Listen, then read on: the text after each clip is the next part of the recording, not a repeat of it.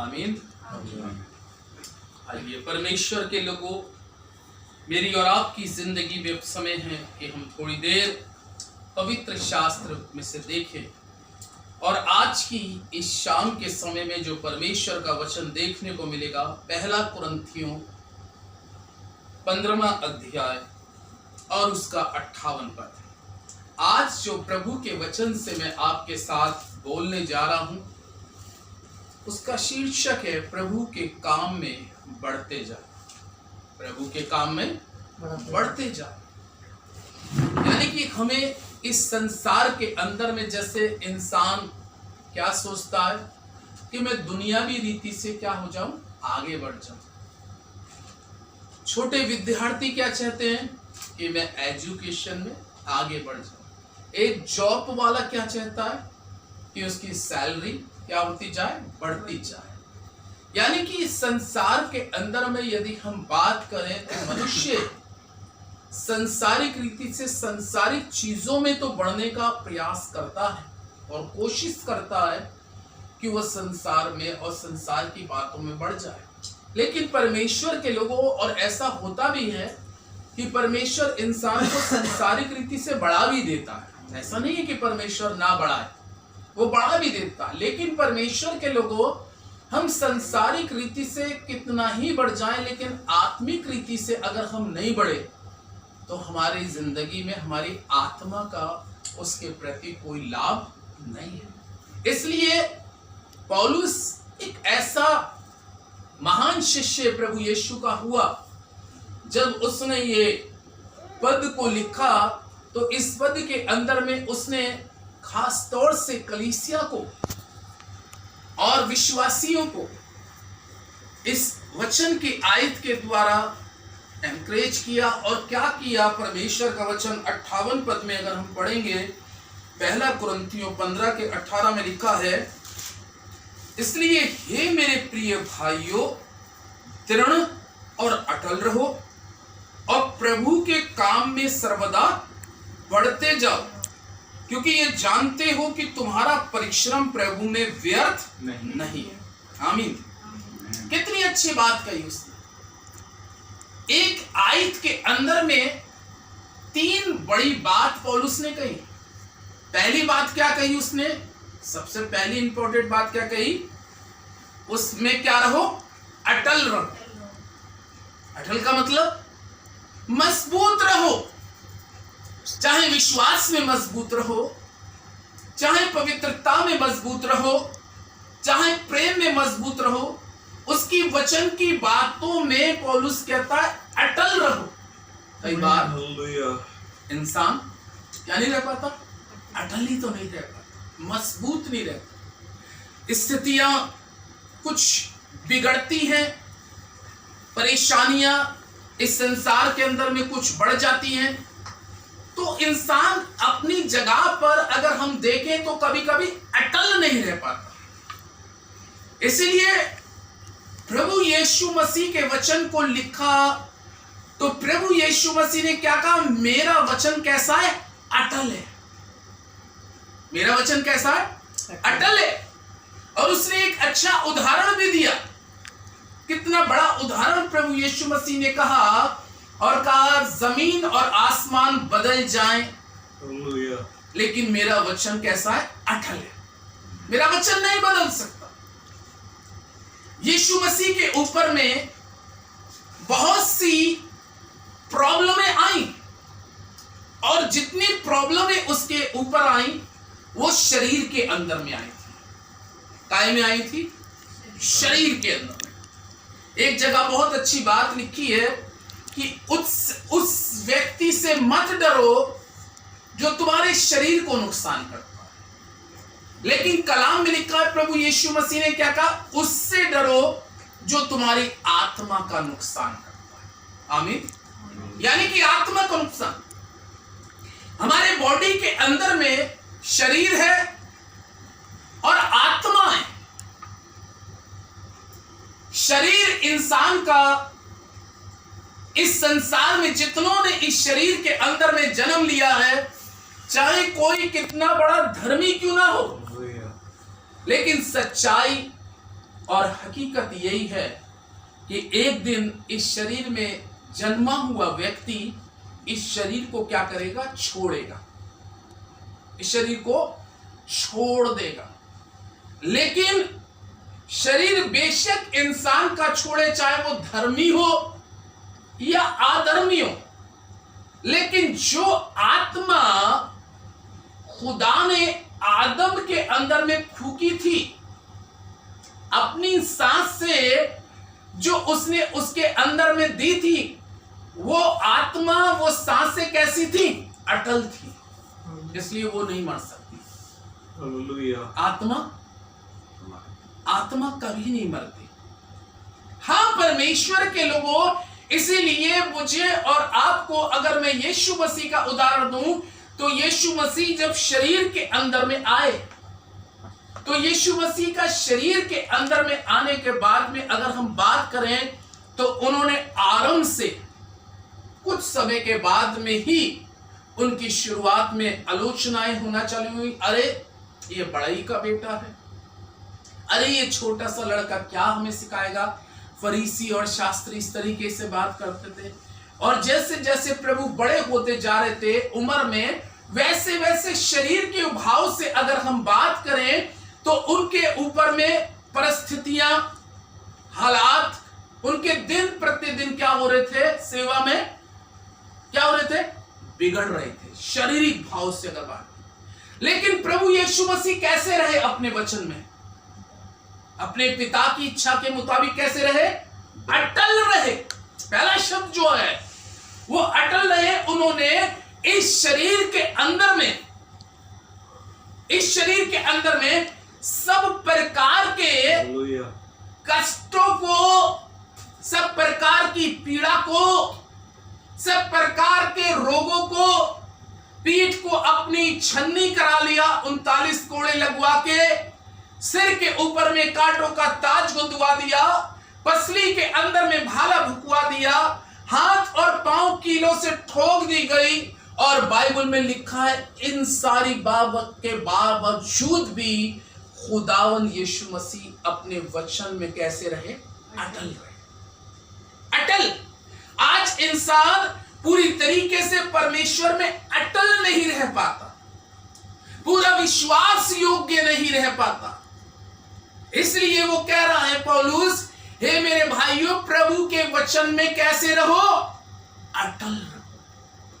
आज यदि हम इस संसार के अंदर में रहते हुए, हमें किसी को 80 साल मिला है, किसी को 90, किसी को 70 साल मिला है, लेकिन सबका कंफर्म नहीं है कि उसको अगर पड़ोसी को 90 साल मिल गए तो मुझे भी मिल जाए, ऐसा कंफर्म नहीं है सबका। लेकिन हमें इस संसार में रहते हुए सबसे पहली चीज क्या है कि हमें स्थितियों और परिस्थितियों को नहीं देखने की जरूरत है। जो कुछ हमारे ऊपर में गुजर रहा है, जो कुछ बीतता है, लेकिन हमें परमेश्वर में अटल रहने की क्या है? जरूरत। मजबूत रहे। जैसे उदाहरण, दानियल कैसा रहा? दानियल की पुस्तक में 6 अध्याय में लिखा है दानियल कैसा रहा। बाइबल में लिखा है कि जब दानियल को ये सुसमाचार और ये पत्र के बारे में पता चला कि अब अगर मैं अपने परमेश्वर की आराधना करूंगा तो निश्चित ही मुझे शेरों की मान में डाला जाएगा। लेकिन वहां पे क्या लिखा है? जो बादशाह ने अटल व्यवस्था लिखवाई थी कि इसको बदल नहीं सकते, लेकिन दानियल भी अपने खुदा में कैसा रहा? अटल रहा। उसने राजा की अटल व्यवस्था पर ध्यान नहीं दिया। और बाइबल में लिखा, उस समय के लोग उससे जाके भी कहने लगे कि इस व्यवस्था में कोई बदलाव ना हो, अटल व्यवस्था रहे, इसमें कोई चेंजिंग ना हो। अगर तूने ये कह दिया तो ऐसा होगा कि शेर की मान में डाला जाए, चाहे कोई तेरा अपना भी क्यों ना हो। लेकिन बाइबल क्या कहती है दारा राजा के बारे में? उसकी अटल व्यवस्था को दानियल ने तोड़ दिया। आमीन। क्योंकि वो अपने परमेश्वर में कैसा था? अटल था।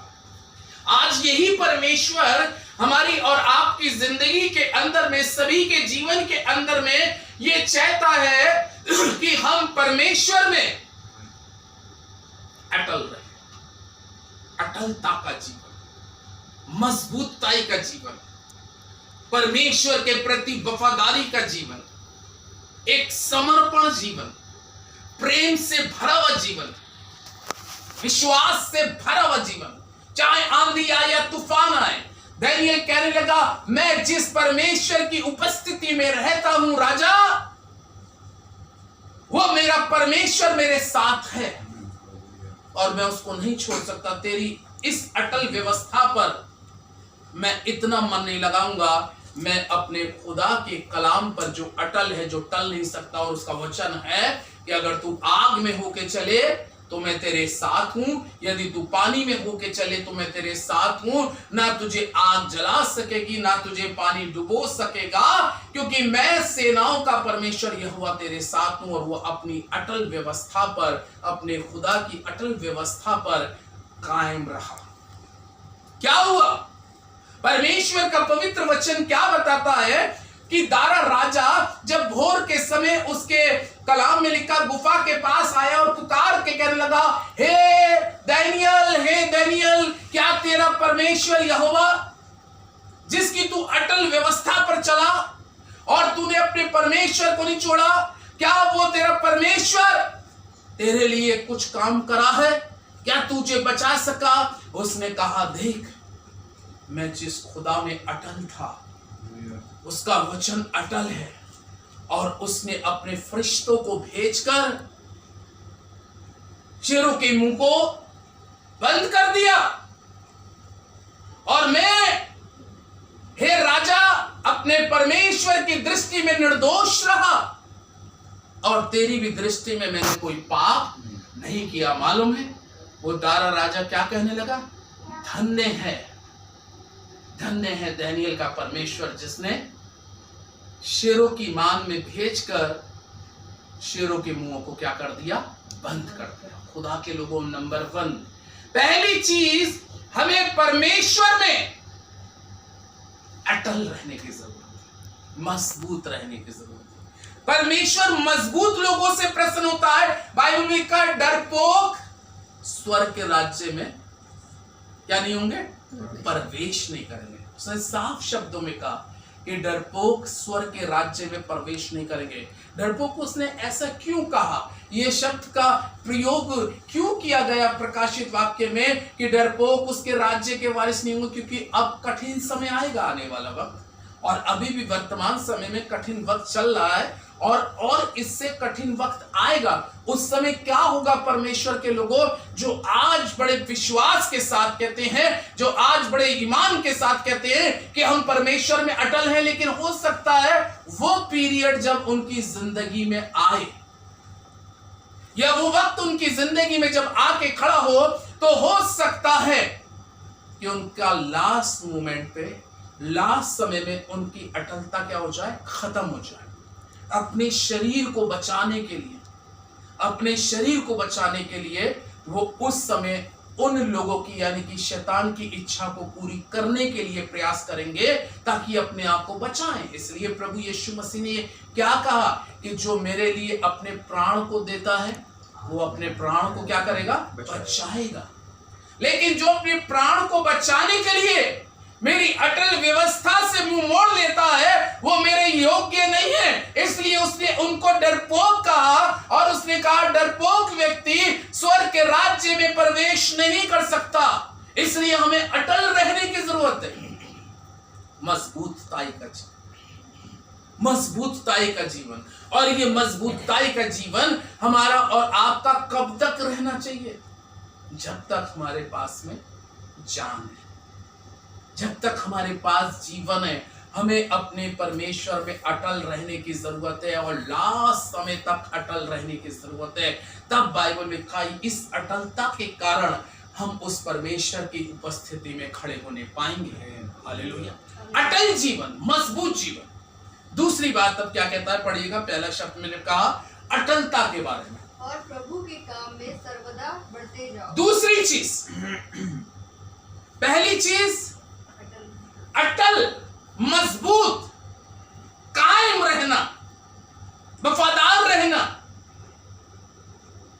अब दूसरी चीज क्या कह रहा है परमेश्वर का वचन? और प्रभु के काम। किसके काम में? ये किसका काम है? यहाँ पे अभी है, हम लोग किसका काम कर रहे हैं? प्रभु का काम कर रहे हैं। हालेलुया। पौलुस इस पद के अंदर में कह रहा है, और प्रभु के काम में क्या होते जाना? सर्वदा। इस आयत पे आप सोचिए, आयत तो कई बार पढ़ ली होगी, लेकिन ऐसे नहीं समझ में आती। हम लोग आयत को पढ़ लेते हैं, लेकिन उसको अगर हम टुकड़ों में शब्द को एक एक को बारीकी से पढ़े, तब पूरी बात दिमाग में आना शुरू होती है। लेकिन हम जब इसको पढ़ लेंगे तो इतनी बारीकी से नहीं समझ में आता है। ये समझाना खुदा का आत्मा काम करता है। जब खुदा का आत्मा किसी को सिखाता है, समझाता है, तब उसके पास में बाइबल में लिखा है, दाऊद पुस्तक में कहता है कि तेरे खुलने से, वचन के खुलने से क्या होता है? प्रकाशन पैदा होता है। प्रकाश। ये वचन जब खुलता है और ये वचन जब जाके दिमाग में खुल जाए, तो दिमाग को देने वाला, बुद्धि को देने वाला कौन है? परमेश्वर है। जब ये वचन दिमाग से उतर के दिल में उतरना शुरू हो जाता है, तब ये दिल से जो वचन निकलना शुरू होता है, तब इस वचन के खुलने से प्रकाशन पैदा होता है। मैंने पहली चीज बताई, हमें अटलता में अपने जीवन को कायम रखने की जरूरत है। और दूसरी चीज पौलुस कहता है, प्रभु के काम में कैसे? एक दिन, 2 दिन, 1 हफ्ता नहीं, 1 साल नहीं। परमेश्वर के लोगों, कितनी उम्दा बात उसने कही। और प्रभु के काम में सर्वदा क्या करते जाओ? बढ़ते जाओ। बढ़ना है। एक तैराक अगर आप एक तैराक से बात करें जो पानी में तैरना, शुरुआत वो कहां से करता है मालूम है? किनारे से शुरुआत करता है। पहले वो किनारे तैरना शुरू करता है। उसके बाद में उसके जीवन के अंदर में क्या होता है कि जैसे जैसे वो तैरने में एक्सपर्ट होना शुरू हो जाता है, वैसे वैसे वो आगे तैरना शुरू करता है। फिर वो क्या करता है? दरिया को, नदी को, जैसे आप तैरेंगे तो क्या करेंगे? आप जब तैरेंगे पहले किनारे, लेकिन उसके बाद में आगे बढ़ते जाएंगे, आगे बढ़ते चले जाएंगे। जितना आगे आप बढ़ेंगे उतना पानी को क्या करते जाओगे? आप पीछे छोड़ते जाओगे। और एक समय आएगा कि उसके काम में बढ़ते बढ़ते बढ़ते एक समय प्रभु क्या चाह रहा है कि हम पूरे तरीके से उसके काम में क्या हो जाएं? डूब जाएं। डूबना है परमेश्वर के लोगों। जब तक मैं और आप उसकी सेवा करने में नहीं डूबेंगे, प्रभु के लोगों, परमेश्वर हमारी और आपकी जिंदगी को, दूसरी बात वो कहता है, और प्रभु की सेवा को सर्वदा करते रहो। सेवा एक प्रकार की सेवा नहीं है। सेवा को तो बाइबल में लिखा है कि खुदावन यीशु मसीह ने प्रत्येक व्यक्ति को उसकी काबिलियत को देखकर, है ना, उसकी काबिलियत को देखकर, यानी कि प्रभु यीशु मसीह ने जो आज या उस युग में जो सेवा लोगों को सौंपता था, सबसे पहले वो सेवा के प्रति इंसान की योग्यता देखता था। अब एक व्यक्ति ऐसा भी है कि जो जग में खड़ा होकर लोगों को पानी पिलाता है, और एक व्यक्ति ऐसा भी है परमेश्वर के लोगों जो एक सिंहासन पे बैठा होता है। फर्क देखिए, लेकिन सेवा अलग अलग दी है। मेरा कहने का तात्पर्य है कि जो सेवा हमें दी है, उस सेवा में तुम सर्वदा क्या होते जाओ? बढ़ते जाओ। शंबुल की सेवा कोई बड़े पैमाने से शुरू हुई थी? नहीं। शंबुल की सेवा कहां से शुरू हुई थी? बाइबल में लिखा है कि शंबुल क्या करता था? परमेश्वर के भवन में छोटा बच्चा था, क्या करता होगा? सफाई करता होगा, कुर्सियों की सफाई करता होगा, झाड़ा पोछी भी करता होगा। यानी कि उसको वो सेवा मिली थी, लेकिन उस सेवा में वो धीरे धीरे क्या हो रहा था? बढ़ रहा था। नहीं बढ़ रहा था। एक समय क्या हुआ? कि वो सेवा में इतने बढ़ते बढ़ते बढ़ते बढ़ते ऐसा एक बड़ा खुदा का खादिम बन गया कि उसने शाऊल का अभिषेक कर दिया राजा का। हालेलुया। देखिए वो बच्चा जो सेवा के भाव से, आपके अंदर में सेवा का भाव होना चाहिए। महत्व ये नहीं रखता कि किसी को एक बड़ी सेवा दी है, और महत्व ये भी नहीं रखता कि किसी को छोटी सेवा दी है।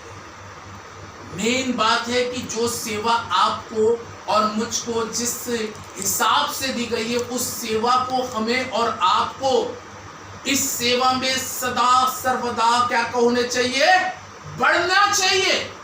शमूएल किस तरीके से उस सेवा के अंदर में बढ़ता गया और एक समय एक बड़ा नबी के रूप में, एक बड़ा याजक के रूप में वो दिखाई देता, लेकिन उसका आरंभ, उसकी शुरुआत कौन सी जगह से होती है?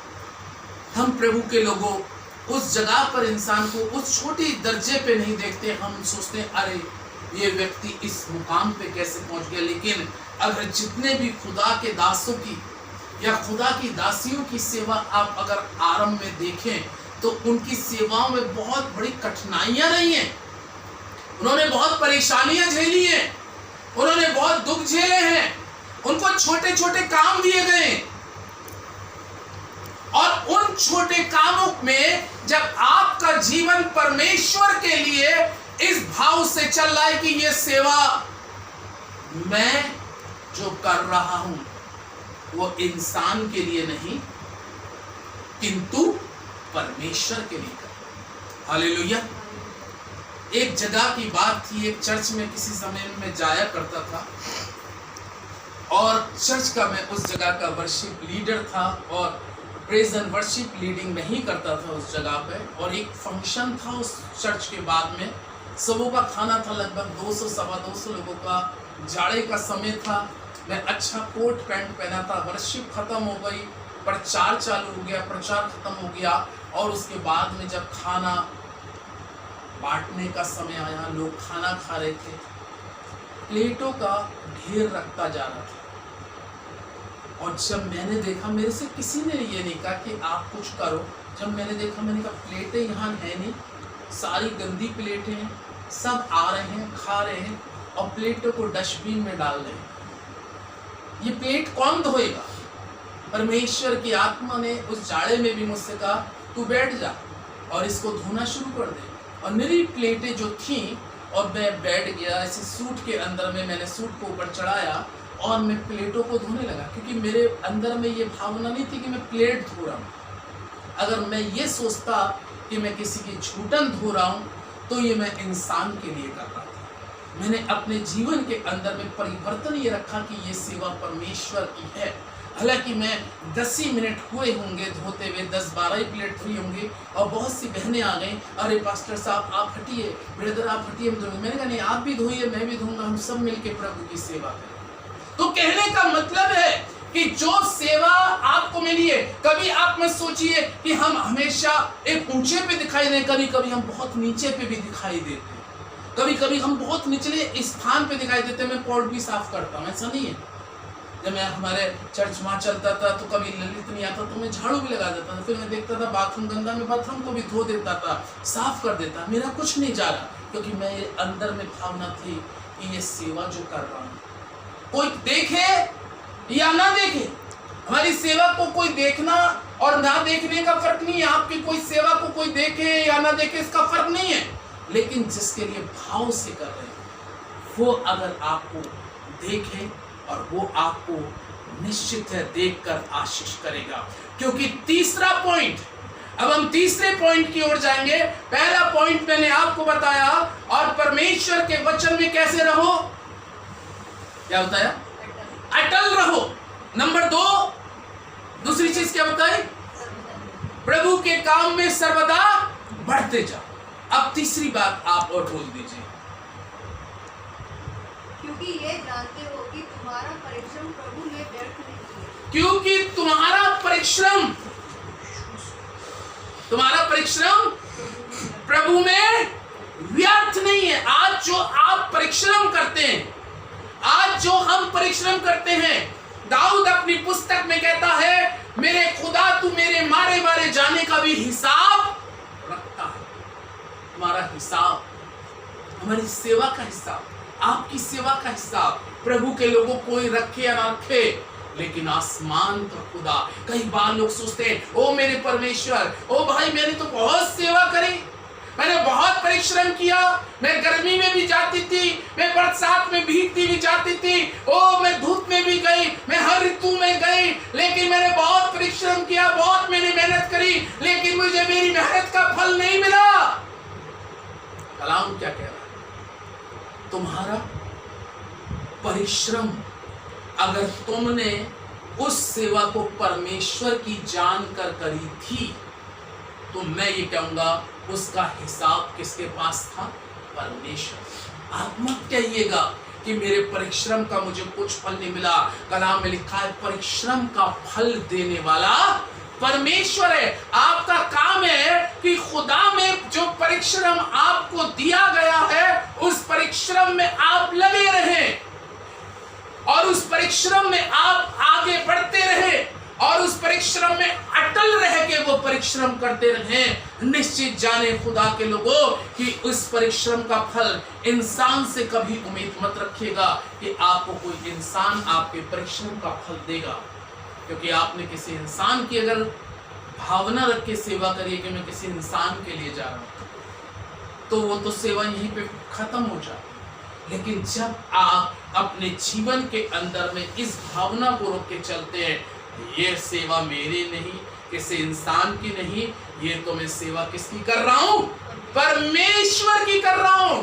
और जो आपने अपने जीवन से परमेश्वर की सेवा करी है, परिश्रम के साथ, मेहनत के साथ, कई बार शारीरिक मेहनत भी हम लोगों को करनी पड़ती है और हमें आत्मिक मेहनत भी करनी पड़ती है। हर मेहनत में हमें परमेश्वर की सेवा जान के करनी है। जो मैं आत्मिक मेहनत कर रहा हूं, ये जान के कि मैं प्रभु की कर रहा हूं। जो मैं शारीरिक मेहनत कर रहा हूं कि मुझे झाड़ू लगानी पड़ रही है, तो भी प्रभु की कर रहा हूं। ये हमारे जीवन के अंदर में आना बहुत जरूरी है। जब तक ये चीजों का हमारे जीवन के अंदर में नहीं प्रवेश करेंगी ये चीजें, तब तक हमारे जीवन में प्रभु के लोगों प्रॉब्लम है। लेकिन तीसरी बात वो कह रहा है, तुम्हारा परिश्रम प्रभु में व्यर्थ नहीं ठहरेगा। मालूम है मत्ती 19 में लिखा है कि एक बार एक शिष्य प्रभु यीशु मसीह से कहने लगा, क्या कहने लगा? हे प्रभु, उसका नाम पतरस है, और कहने लगा, हे प्रभु देख, मैंने तो तेरे लिए सब कुछ क्या कर दिया? छोड़ दिया। मैंने तेरे लिए सब कुछ क्या कर दिया? छोड़ दिया। अगर आप 19 अध्याय को पूरे पढ़ेंगे तो मेरे ख्याल से 20 पद से या 19 पद से आता है कि मैंने तो प्रभु तेरे लिए सब कुछ छोड़ दिया और मैं तेरे पीछे हो लिया, तो मुझे क्या मिलेगा? मुझे क्या मिलेगा? मैं परिश्रम कर रहा हूं, सब कुछ छोड़ दिया है, मैं तेरे वचन में अटल हूं, मैं तेरे काम में बढ़ रहा हूं, मैं पूरा परिश्रम कर रहा हूं। अब ये बता प्रभु, मुझे क्या मिलेगा? मेरे परिश्रम का फल मुझे क्या मिलेगा? मैंने कहा, इंसान का कोई परिश्रम ऐसा नहीं जो उसने परमेश्वर में किया हो और स्वर्ग का परमेश्वर उसको प्रतिफल ना दे। कलाम में मालूम है क्या लिखा है इसके लिए? प्रभु यीशु मसीह ने क्या कहा? जब मनुष्य के पुत्र का आगमन होगा तो तुम इस्राएल के गोत्रों के साथ में 12 सिंहासन पे बैठोगे और तुम क्या करोगे? न्याय करोगे। तुम में से किसी ने मेरे लिए जो कुर्बानियां दी हैं, जो अपने काम काज छोड़े, अपने रिश्तेदारों को छोड़कर, यानी कि उस समय में मेरे लिए आगे बढ़े हो, तुम्हें 100 गुना फल मिलेगा। और तीसरी बात, उसने उस परिश्रम का जो पॉइंट वाली बात कही, वो क्या कहा? क्या मिलेगा? अनंत जीवन। ये तेरे परिश्रम का फल मिलेगा कि तू अनंत जीवन, तू मेरे साथ, क्योंकि तूने मेरी सेवा करी, तो मेरे साथ हमेशा रहेगा। ये है प्रभु के लोगों। आज इन 3 बातों पर गौर करिएगा कि ये 3 चीजें क्या मेरे जीवन में है। नंबर पहली, अटल है और आपको अटल रहने की। दूसरी चीज, और प्रभु के काम में सर्वदा बढ़ते जाओ। बढ़ने की जरूरत है। और नंबर 3, आपका परिश्रम प्रभु में व्यर्थ नहीं जाएगा। आपका परिश्रम एक दिन आपके साथ निश्चित है। यीशु मसीह ने पतरस से कहा, तू अनंत जीवन का क्या होगा? अधिकारी होगा, अधिकारी होगा। तू अनंत जीवन में मेरे साथ राज करेगा, क्योंकि तू पृथ्वी पर अटल रहा, मेरे काम में बढ़ता रहा और परिश्रम करने में दुख उठा के तूने परिश्रम किया, भूखा और प्यासा रह के परिश्रम किया, लेकिन मैं तेरे एक एक दिन का मारे जाने का हिसाब रखता था। और तेरा हिसाब यह है कि तू अब अनंत जीवन पाएगा। यह है परमेश्वर के लोगों वचन। परमेश्वर इस वचन पर आशीष दे। आमीन। दुआ करेंगे। हमारे जीवित महान अत्यंत सामर्थी परमेश्वर, राजाओं के राजा और प्रभुओं के प्रभु, हम धन्यवाद धन्यवाद धन्यवाद करते हैं, क्योंकि तू आज चाहता है तेरे लोग मजबूत हो जाए। तू आज चाहता है कि तेरे लोग तेरी सेवा में बढ़ते जाएं और सर्वदा बढ़ते जाएं। और तू कहता है कि जो तुम काम करते हो, परिश्रम करते हो, तुम्हारा परिश्रम मेरी दृष्टि में व्यर्थ नहीं ठहरेगा, इसका फल मिलेगा। प्यारे खुदावन, दुआ करते हैं प्रभु, जो भी हमें जैसी सेवा तूने इस पृथ्वी पे दी है, हमें जान देने तक वफादार बना रहने की आशीष दे पिता, ताकि उस अनंत जीवन के हम अधिकारी हो सके जो तूने अपने लोगों से प्रतिज्ञा करी। प्यारे प्रभु, आज की शाम में प्रभु एक बार फिर से हम इस पूरे समस्त परिवार को तेरे हाथों में सौंपते हैं और बड़ी शांति पूर्वक तेरे वचन को सुना। ये वचन इनके जीवन में एक बहुत बड़ी बरकत का बाइस बन जाए। आशीष दे। आपका धन्यवाद करते हुए इस दुआ को यीशु के नाम से मांगता हूँ। आमीन।